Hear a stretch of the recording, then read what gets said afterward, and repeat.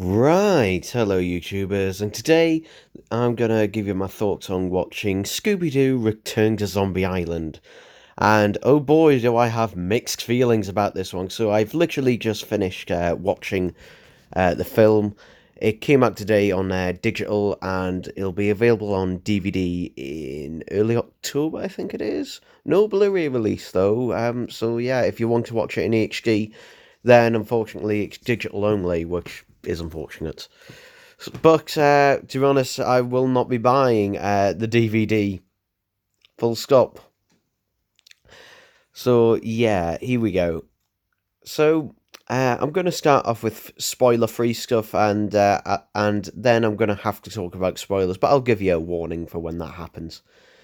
So Return to Zombie Island had a problem right off the back, and that is its tone and also art style. For one, the entirety of the film is just it's far too bright, and most of it takes place during the day. Around 90% of the film is actually set during the day, not at night. This image here, which is on the DVD cover and the digital, that is complete false advertising. Literally all of the zombie encounters and that, in fact, actually, yeah, I think every single zombie encounter that happens in the entirety of the film happens during the day, during daylight, so it's far too bright and it gets rid of that sort of creepy and foreboding atmosphere. And also, if we could say, look at this image, these three zombies you see on the front, yeah, they're the only three designs that you're going to see throughout the entire film as well. You're just going to see these basic ones just repeat throughout, which they do seem really basic compared to the originals. And the animation style as well is obviously that newer Scooby-Doo one, which just doesn't have that sort of richness to the hand-drawn one of Zombie Island, which was done by a different studio. However, the thing is, though, they could have done this really dark and foreboding atmosphere that the original Zombie Island had, because they actually do flashbacks where they reanimate scenes from the original. Yeah, there's a flashback about a quarter into the film where they literally go over the entire plot of Scooby-Doo on Zombie Island for, presumably audiences who haven't seen it, where they reanimate scenes from the original Zombie Island. And they look far, far better than the rest of the film. It is literally just a carbon copy with those bits and the newer animation style, but still it makes it look so much better. The lighting is so much better. And also the music is better during that flashback as well. And that's also something else. The music... Oh... God. Okay, so there is a chase scene song in this, but rather than having the great music we had from the original Zombie Island, this one tries to be like a Scooby-Doo Where Are You chase music, where it just doesn't fit the chase scene at all. It's supposed to be a terrifying chase scene, and they just play this music that really doesn't fit with what's going on screen. Seriously, the music in this, which is annoying because we have what gave me a bit of hopes at the beginning is we have a really nice title credit sequence, which has some really, fairly creepy music and that to it. But unfortunately, that music is never used again until the end credits. Why wasn't it used anywhere else in the film? That, it wasn't as good as the original, but at least it fitted the tone of the film a lot more. But unfortunately, yeah, the film just seems to be just so chirpy and upbeat, and basically forgets that, oh yeah, it's a sequel to Zombie Island, one of the darkest Scooby-Doo official properties out there, so why do this? No idea why. The first half of the film also drags quite a bit. Yeah, it just drags and drags for the first 40 minutes. After that, it does start to pick up, but the first 40 minutes are a sheer drag. And you know what? Forget it.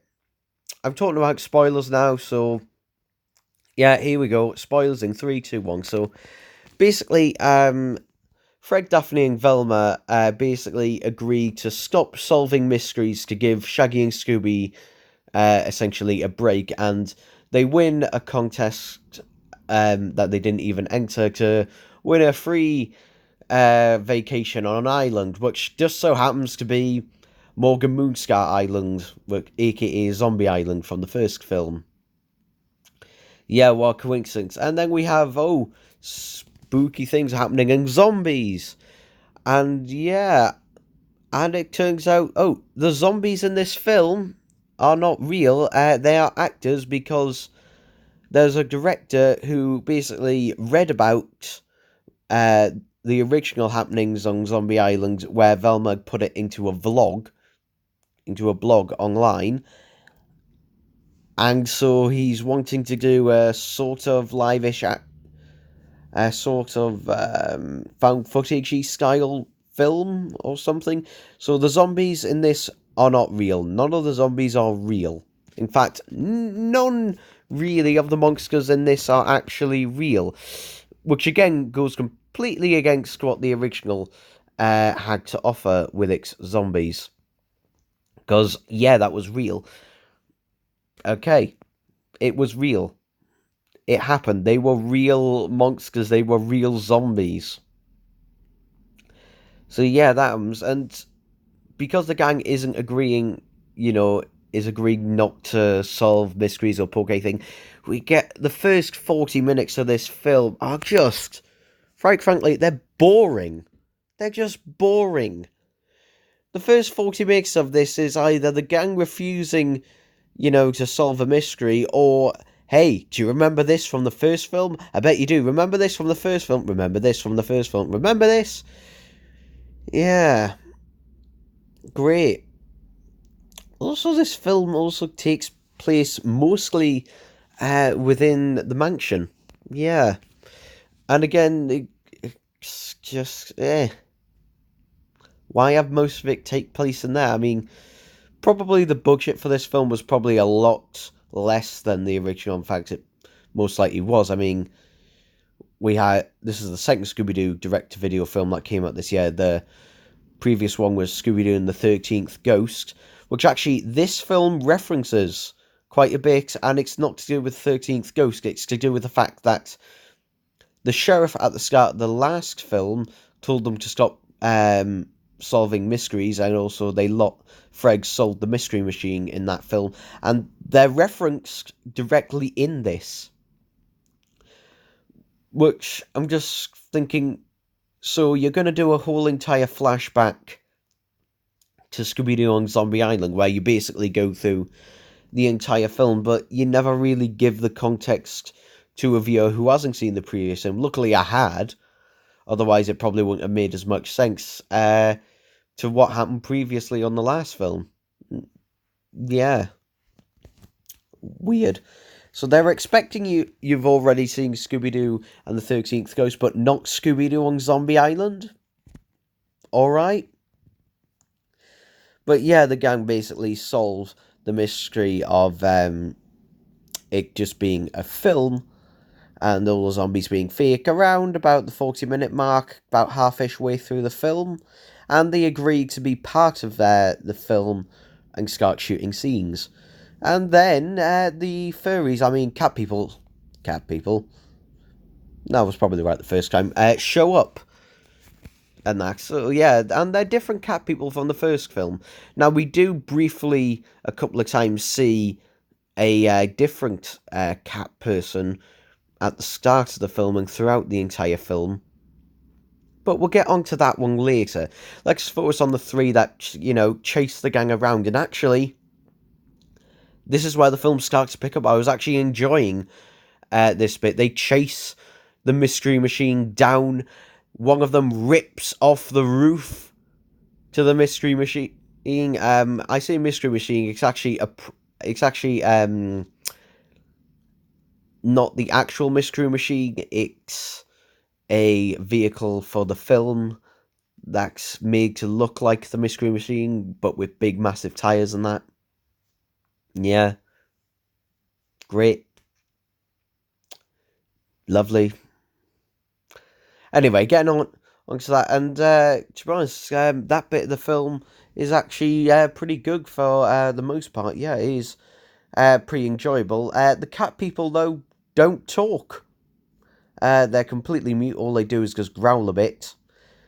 And at the end of the film, it's revealed that the three main cat people that chase the gang throughout the film are fake. They're just people in costumes who are trying to find Morgan Moonscar's treasure,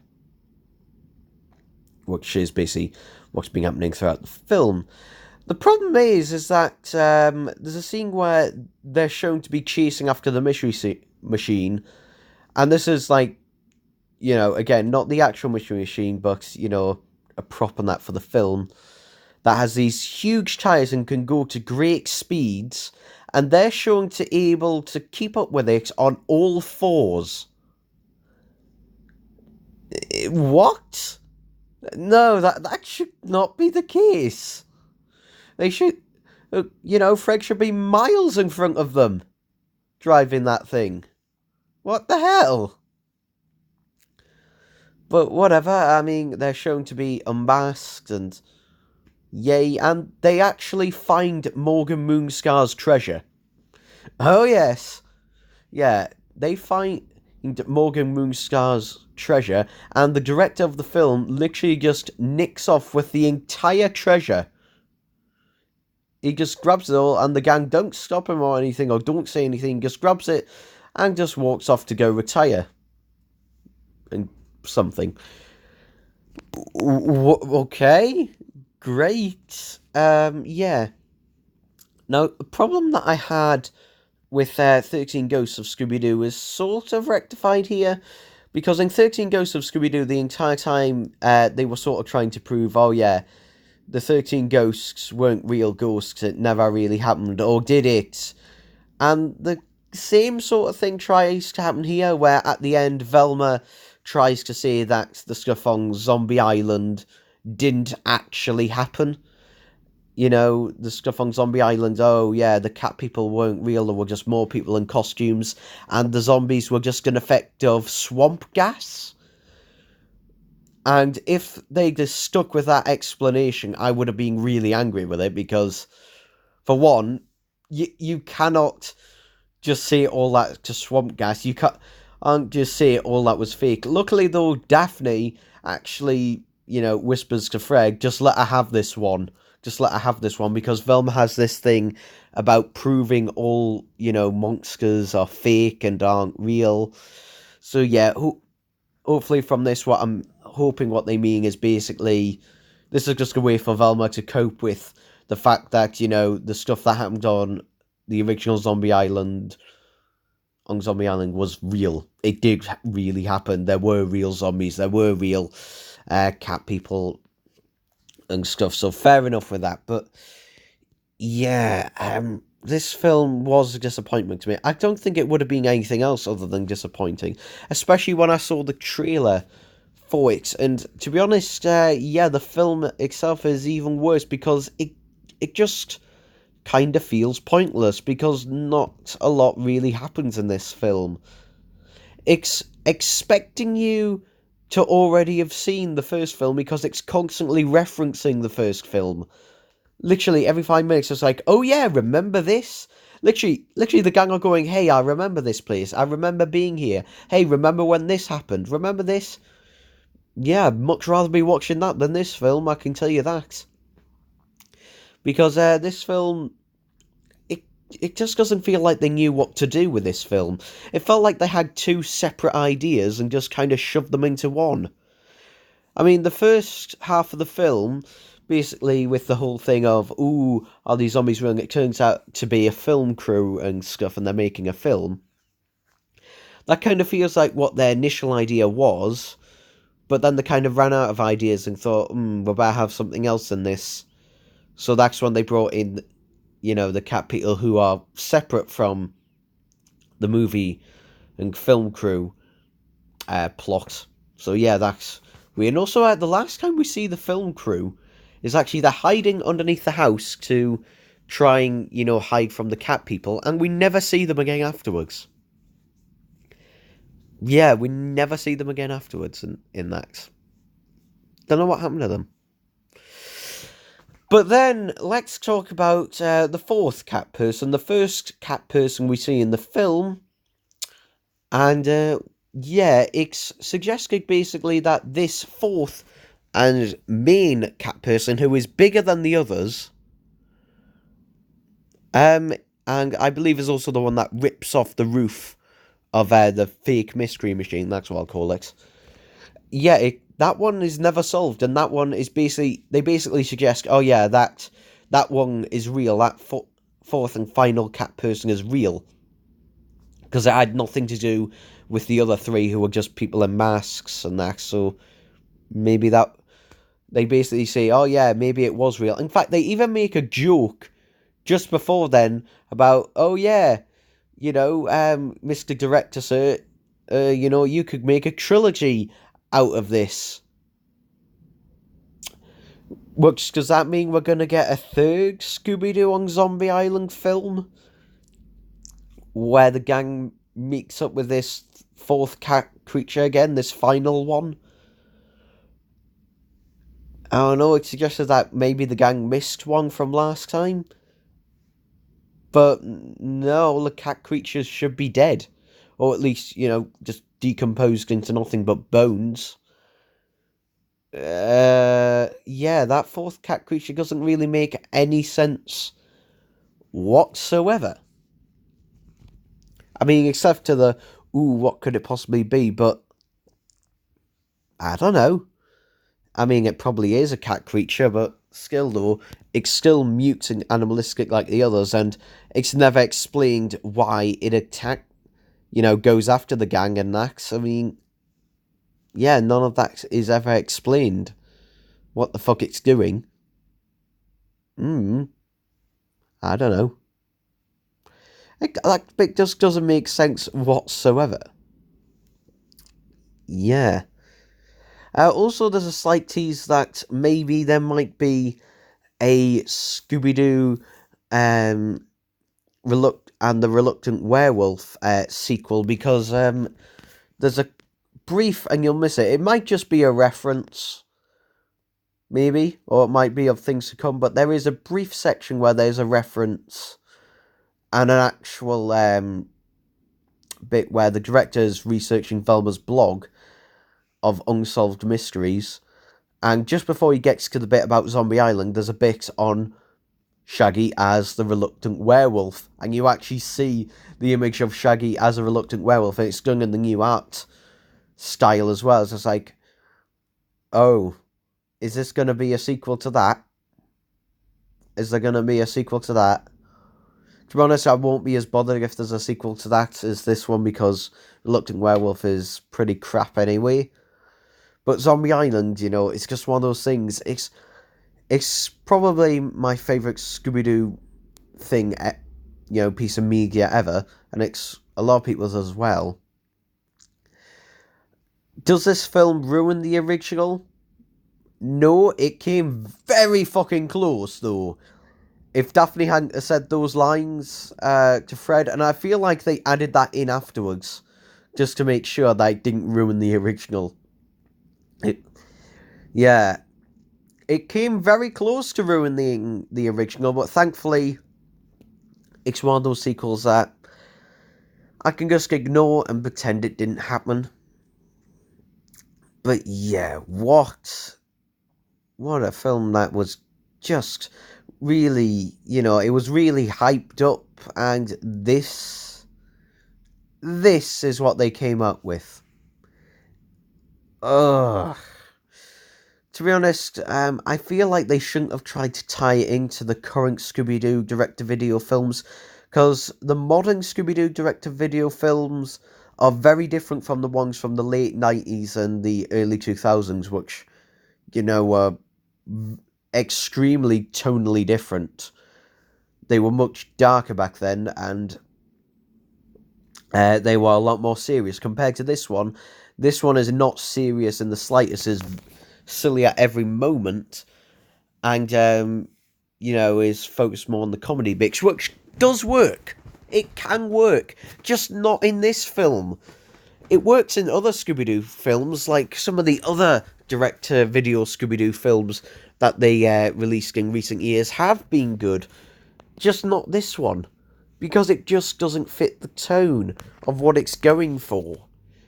It just feels like two different people were writing this and just battling with each other the whole time on what the tone was going to be, because for what's happening and the dialogue that's being spoken, the tone of the film and even the music tracks and the way the dialogue is delivered just doesn't match what the original was going for.